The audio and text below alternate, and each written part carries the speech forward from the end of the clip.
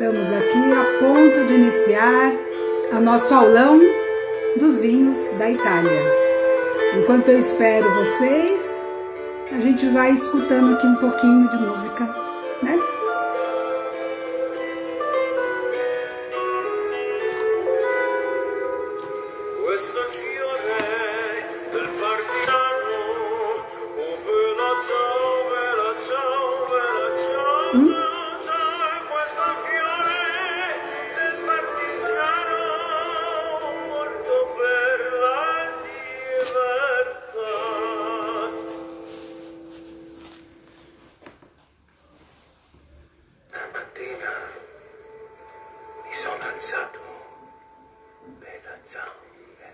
Eu sou a Lilian Loureiro, eu sou a sommelier da Castalha Mulheres do Vinho e hoje a gente vai transmitir aqui mais um aulão dos vinhos, dessa vez falando de Itália.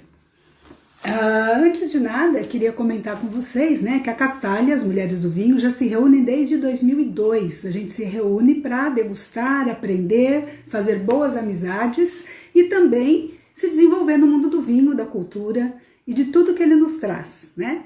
E por que tudo isso? Bom, porque eu acredito que degustar transforma. Degustar transforma mulheres em mulheres mais confiantes, em mulheres que são mais decididas, que podem ter sua opinião própria sobre vinhos e sobre outras coisas também. E também as mulheres são mais interessadas em aprender, elas estão sempre querendo descobrir coisas novas, são mais abertas aos conhecimentos. Cecília está chegando aqui. Oi, Cecília, beleza? Então, e eu tô comentando aqui, Cecília, da Castalha. Tô começando a falar um pouquinho da Castalha e comentar isso, que porque eu acredito que degustar transforma, nós estamos então fazendo esse movimento das mulheres do vinho.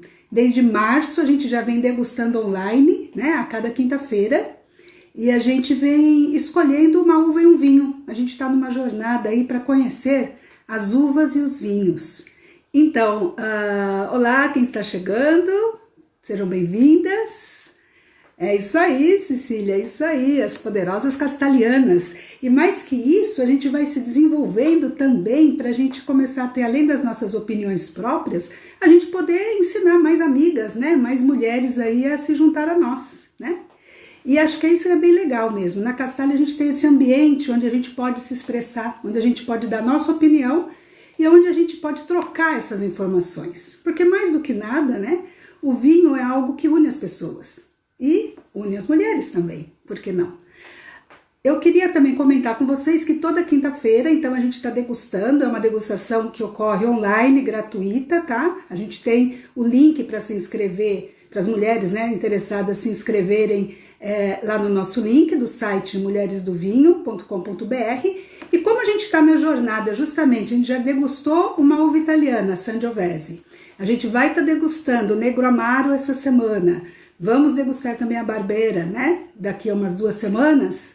Então eu decidi que a gente poderia fazer esse aulão aqui dos países, porque lá na Castalha não dá muito tempo, tá, gente? A gente tem que trabalhar muito, a gente trabalha arduamente para se aproximar e entender desses vinhos. Então, aqui no nosso aulão é um preparatório aí para a gente estar degustando aí na quinta-feira, tá bom? A Dani chegou, a Thaís, beleza? Então é isso. Bom, 20h37 e em ponto nós vamos começar aqui o nosso aulão da Itália. Muito bem.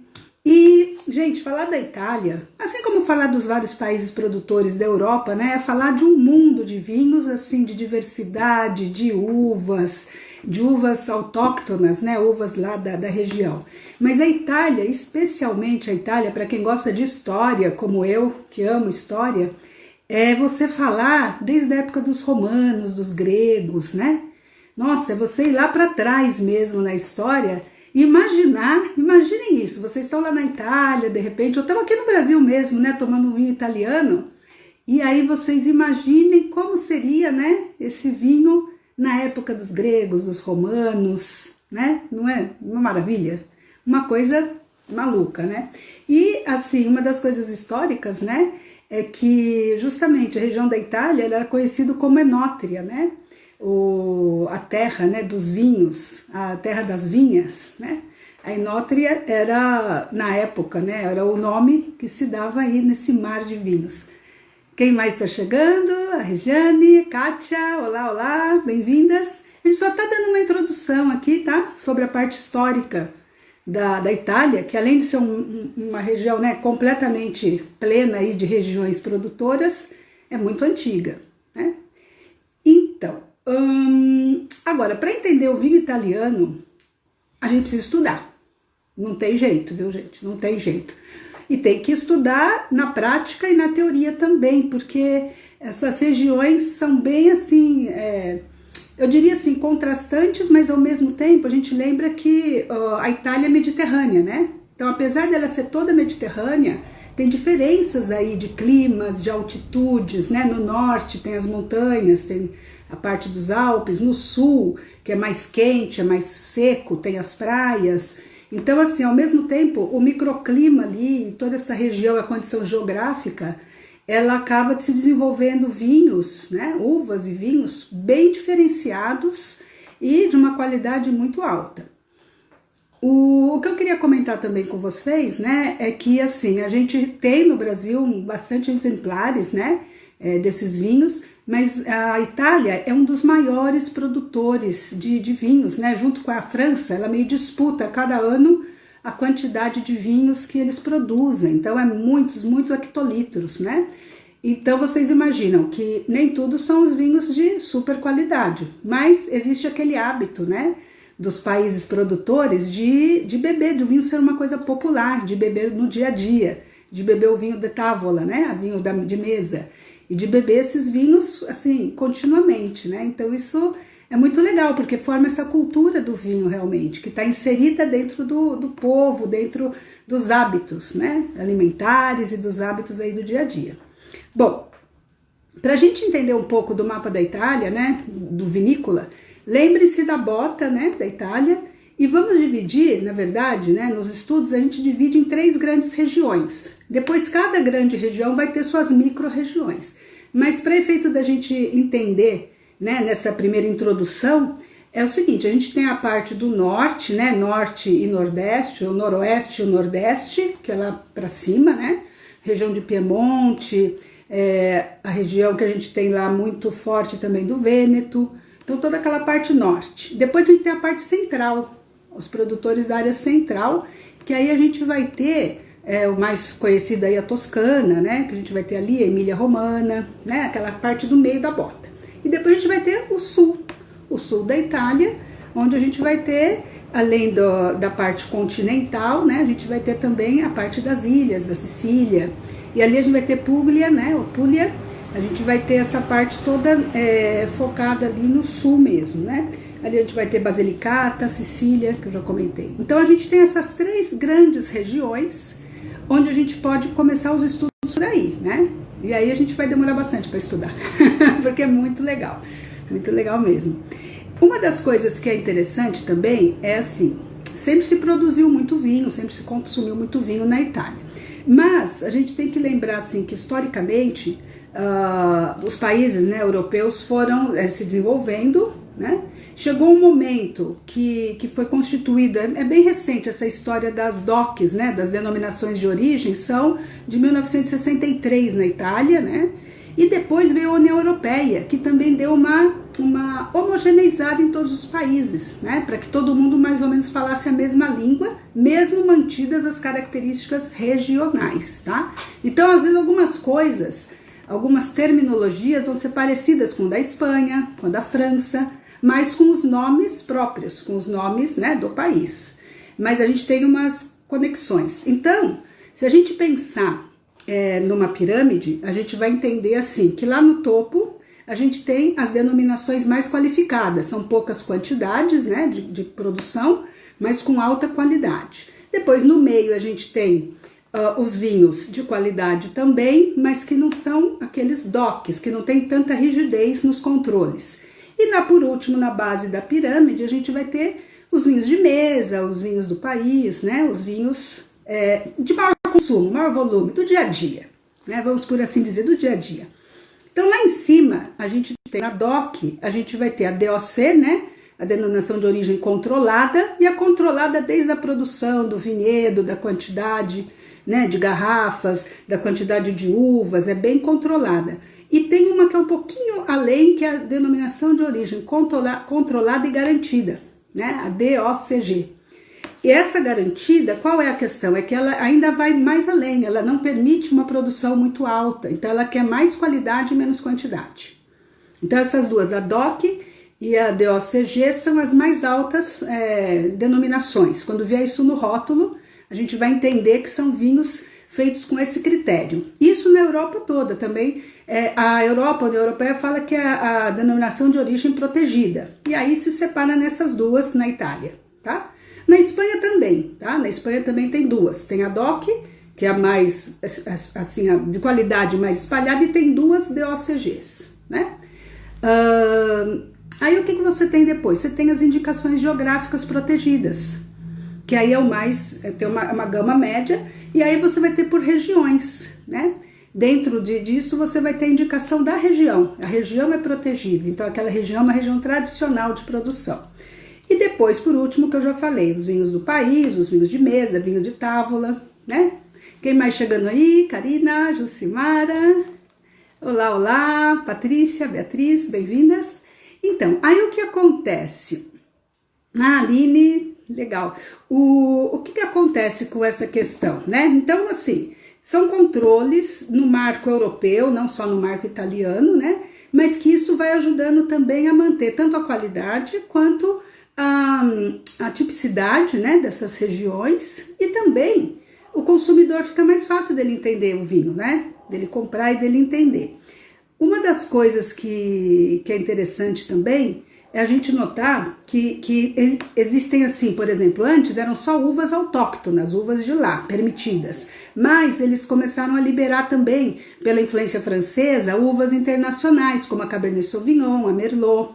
A gente até viu isso lá na Castalha quando a gente degustou a Sangiovese, né?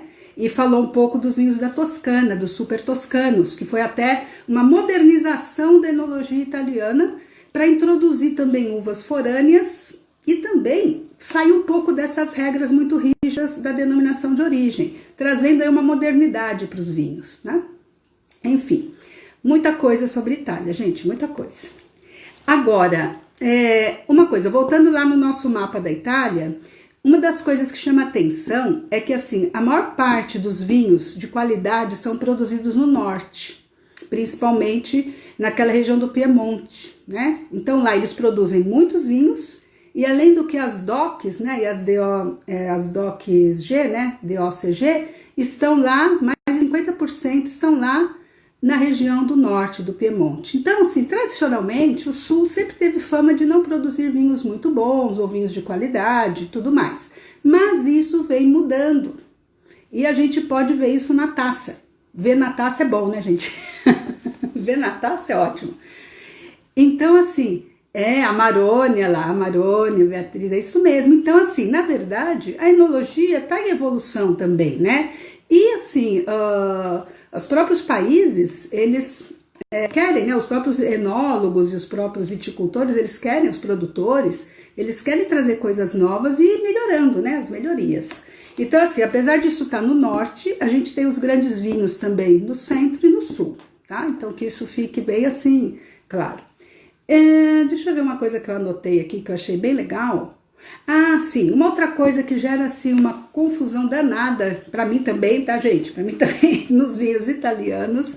Claro, porque assim, se a gente estivesse na Itália, a gente teria oportunidade, né? Como quando eu estava na Espanha, né? Eu tinha oportunidade de ir em muitas degustações por regiões. Então, cada semana, cada região vinha e provava os seus vinhos, mostrava seus vinhos, e a gente aprende muito, né? Degustando. Isso a gente já sabe lá na Castalha, que a gente aprende degustando. Agora, na Itália, né, é a mesma coisa, a gente tem ali uma vastidão de vinhos e eles também fazem muitos eventos de vinhos, e aí você tem a oportunidade de conhecer, além do que visitar as regiões, né, viajar pelas regiões. Mas uma coisa que eu queria comentar com vocês é a questão da indicação geográfica protegida, que vem no rótulo. E assim, como é que você entende um rótulo, né, do vinho italiano? Essas informações virão nesse rótulo. A gente lendo o rótulo, a gente vai ter muita informação. Eu recomendo fortemente que vocês leiam rótulos dos vinhos, né? Que também é uma delícia. Mas uma das coisas que sempre vem, se vocês lembrarem que lá na Toscana, né, naquela região da Toscana, é a região da Sangiovese e a região do Chianti, né? E lá na etiqueta, às vezes você vem dizendo Chianti clássico. Quem já viu aí escrito numa etiqueta de Chianti? Chianti a gente tem bastante no Brasil, né? Chianti clássico, né? E o que significa isso? Qual a diferença de vir numa etiqueta um Chianti ou um Chianti clássico, né? Quando vem a terminologia clássico na etiqueta do italiano, ela significa que o clássico foi da região, meio que a região original, onde tudo começou. É a mais clássica, é a mais antiga, é onde realmente é o berço daquele tipo de uva. Não é só o Chianti que tem esse clássico, tá? Outros também têm essa denominação clássico.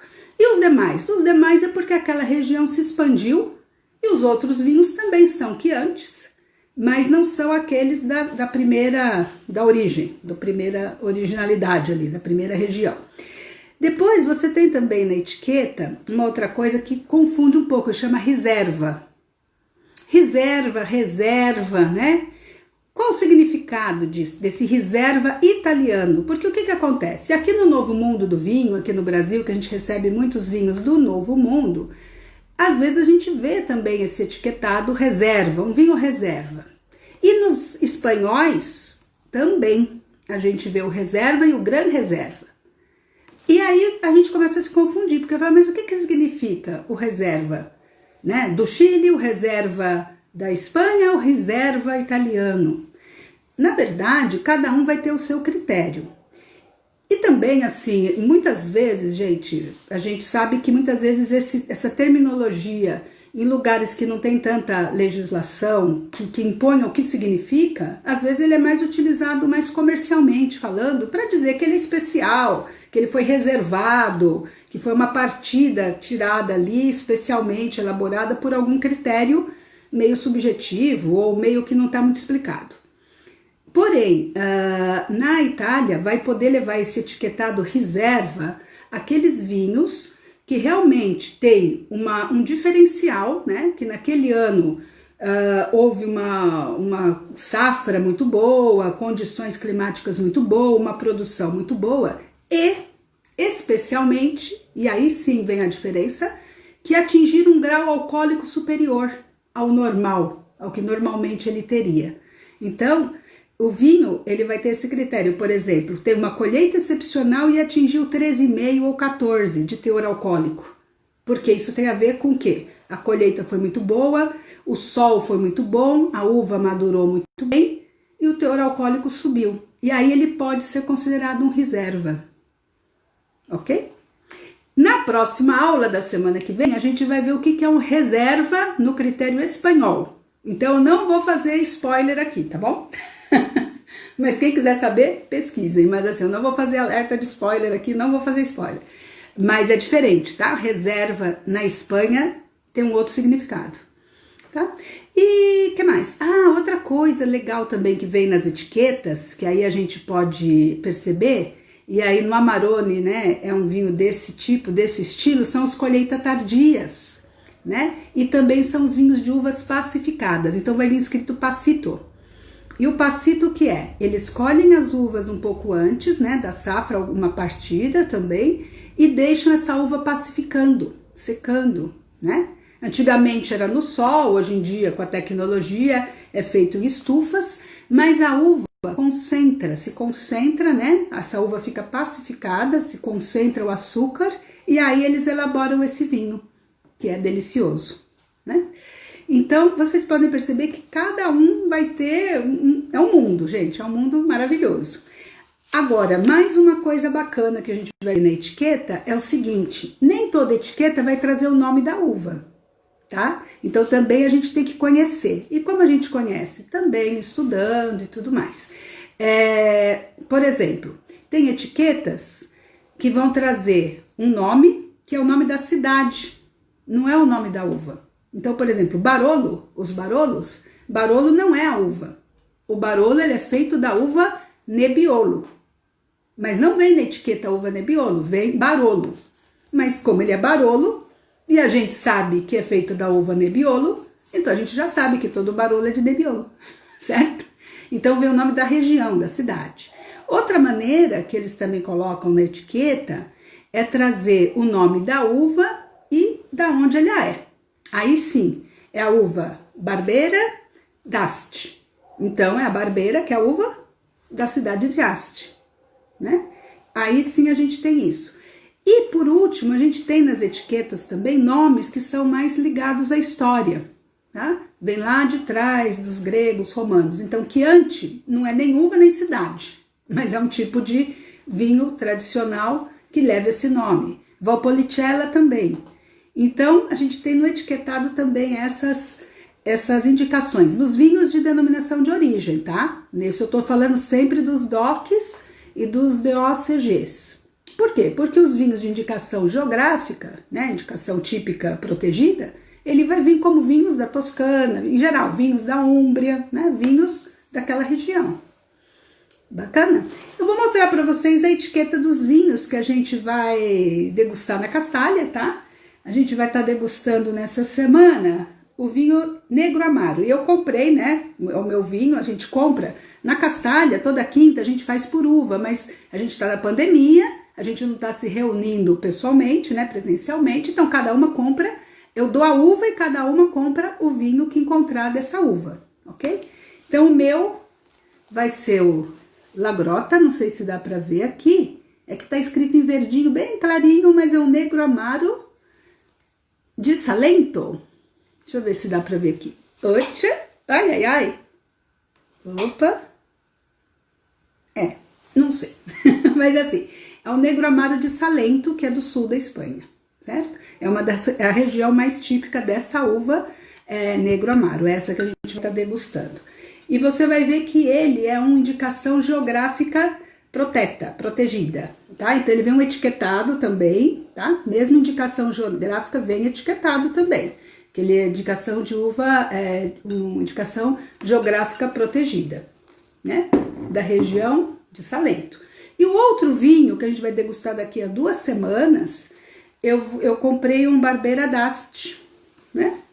Barbera d'Asti, que este sim é um DOCG, tá? Denominazione di origine controllata e garantita.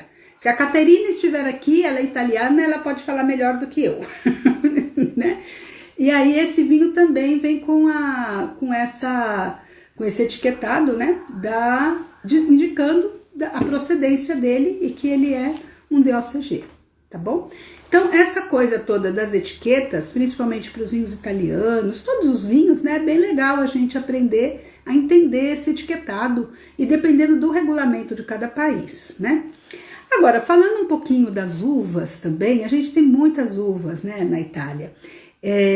Eu depois até vou fazer um resuminho aí de uvas, né, porque são muitas uvas, mas as uvas mais típicas, né, lá do norte tem a Nebbiolo, né, a Barbera, que são uvas lá de Piemonte, e depois a gente tem também as brancas, né, tem a Trentino também, que é branca. Então, a Itália faz vinhos brancos também maravilhosos, tá? E a gente tem, assim, vinhos delicados. Imagina que a gastronomia da Itália, ela é muito variada e ela tem muito mar, né? Ela tem o mar e tem a montanha. Então, é uma gastronomia muito rica e vai com vinhos excelentes. Aliás, fica aqui um convite para amanhã, quem puder seguir o nosso Café com Vinho de amanhã, a gente vai estar falando às 9 horas, diretamente lá de Bordeaux, né? Com a Anne. E depois às 11 com a Angelita, que é chefe de cozinha lá na Itália. Então, se vocês tiverem alguma pergunta italiana, alguma pergunta de gastronomia italiana para ela, amanhã é o momento de fazer. Depois a gente tem também, na parte mais do Nordeste também, o Valpolicella, né? E tem ali uma série de uvas que vão compor, né? O Valpolicella ele é composto pela Corvina, Rondinella e a Molinara. Né? Além disso, gente, nessas regiões está permitido também a Merlot, a Cabernet Sauvignon. Então é normal vocês encontrarem alguns vinhos que vão trazer um blend, tá? Um blend da uva Sangiovese com Cabernet Sauvignon, ou alguma uva que esteja ali típica da região, misturada com Merlot, Cabernet Sauvignon, Cabernet Franc, tá? Isso aí é super normal. No Valpolicella a gente vai ter também aquele clássico, né? Assim como no Chianti tem o clássico e tem os normais, tá? Então isso daí também. Deixa eu ver se temos mais alguma coisa interessante aqui. Vamos ver. Depois a gente... sim, a Sangiovese, que a gente já degustou. A Sangiovese a gente vai encontrar lá na Toscana, né, na região central. A Barbera a gente vai encontrar também na região, além do norte, também na região de Emília-Romana, que também é a região lá da uva Lambrusco, né? Que ficou bem famosa aqui no Brasil por muito Lambrusco que a gente importou também, né? Que é um vinho muito assim, muito fácil de beber, aqui que todo mundo acabou gostando por ser adocicado, né? E a gente tem também, que mais? Os vinhos de Brunello, né, de Montalcino, também é de Sangiovese, né? Então, assim, a gente tem essa mescla de uvas e de regiões. Então, o mapa da Itália, ele é muito interessante por isso, porque ele tá, assim, repleto de vinhos que a gente só vai encontrar lá também, apesar de que a gente chega aqui os mais assim, famosos e os mais, assim, como eu posso dizer, os mais fáceis para a gente entender, eles chegam aqui, mas realmente é muito legal quando a gente tem a oportunidade de ir para a região produtora, né? Porque aí a gente vai conseguir também, além de entender do vinho, entender do porquê daquele vinho naquela região, né? Como é que faz parte da cultura, né? Das pessoas, como é que faz parte ali do dia a dia desses vinhos. Eu acho que basicamente é isso. Sim, uma coisa curiosa também, na Itália a gente ainda tem, misturado com uma enologia, uma técnica, né, de viticultura mais moderna, a gente ainda tem aquela viticultura de pérgolas, né, daquele tipo de... Tem a espaldeira, que é quando ela é plantada assim reta, né, e tem aquela que é como antigamente os parreirais, né. Então a gente ainda encontra isso na Itália também, que é outra coisa que é bem charmosa também, né. E acho que basicamente Itália, para esse primeiro momento, é isso que eu tinha para comentar com vocês. Além do que, comentar também que na Itália a gente vai encontrar, para o italiano, né? Vamos lá, para o italiano, ele não pode imaginar vinho sem comida, né? Ou comida sem vinho. Então, na verdade, o que é bem bacana é que para a cultura italiana, assim como a cultura europeia, né? Em geral também, Espanha também é assim. Mas o que é muito legal é que, assim, para o italiano típico, quer dizer, o vinho está feito para gastronomia, o vinho é feito para comer, né? O vinho não é feito para beber, ele é feito para aquela união da comida. E para o italiano, isso é tão forte que até as crianças, e aí eu venho de família italiana também, a gente lembra disso, que até as crianças já começam a tomar um pouquinho de vinho misturado com água desde pequeno, né? Assim, porque faz parte realmente dessa cultura, das tradições. Lá, Patrícia italiana lá, tá lá, viva a bela Itália! E faz parte mesmo, né, e acho que a Neuza também sempre fala muito isso lá nas nossas reuniões. A Neuza é uma castelhana também que ama os vinhos portugueses e italianos, né, e assim, eles não imaginam você comer sem beber um bom vinho, falta alguma coisa, e eu acho que pra gente isso também é verdade, né, aqui também, então eu acho que cada vez mais verdade. Tomara que a gente consiga continuar tomando bons vinhos, né? Eu acho que sim. Então é isso, meninas. O nosso Itália era esse repasse que eu queria dar para vocês, para a gente poder, na quinta-feira, degustar a Negro Amaro e verificar se realmente ela é uma uva italiana de boa cepa, né? Como diria, aquelas uvas para a gente amar. Eu fico por aqui. Gostei muito de vocês estarem aqui comigo também. Semana que vem a gente vai falar de Espanha, não percam, Espanha, aulão da Espanha, depois eu publico lá. E mais um recadinho, bom, amanhã eu já falei dos cafés com vinho que a gente vai ter, amanhã e na sexta. E mais um recadinho é que a gente tá começando, né, já começamos a divulgar nosso evento online, nossas aulas online aí da Jornada das Mulheres do Vinho, que vai acontecer segunda, terça e quarta-feira, dia 27, 28 e 29, a partir das 7 da noite, tá? Vai ser lá pelo YouTube, tá? Não vai ser por aqui não. Mas aí a gente vai avisando e vai ser o lançamento, né, da nosso primeiro curso aí das castelhanas também. Isso no último dia lá a gente vai falar mais e tal, né? Mas não percam, porque vai ser muito legal. As inscrições já estão abertas, aqui na bio, né, do Instagram já tem ali o nosso link, e eu quero vocês todas lá, hein? Muito obrigada lá, obrigada. Cheers, Cecília. Que ótimo que vocês gostaram.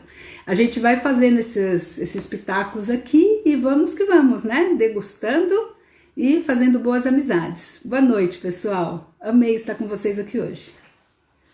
Bye!